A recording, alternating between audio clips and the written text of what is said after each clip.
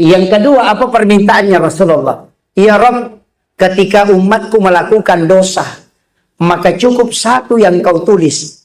Itu pun kalau dia tidak bertaubat. Tapi ketika dia bertaubat, ganti menjadi kebaikan. Tapi ketika dia melakukan kebaikan, ya Rabb, lipat gandakan sampai 10 kali lipat. Bahkan bisa kau menambahnya sampai yang tidak terbatas.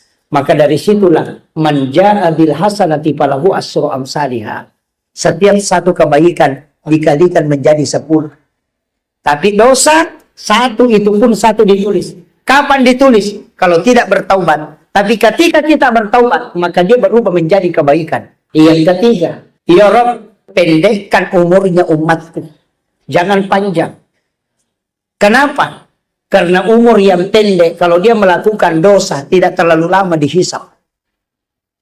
Pertanggungjawabannya juga tidak lama. Kalau ada camat menjabat 10 tahun, lama diperiksa. Tapi kalau ada camat menjabat cuma 6 hari, tidak lama diperiksa. Kita hidup, umatnya Nabi Musa, Nabi Isa, ada yang sampai 300-400 tahun. Ketika dia melakukan dosa, mungkin 200 tahun dia berdosa.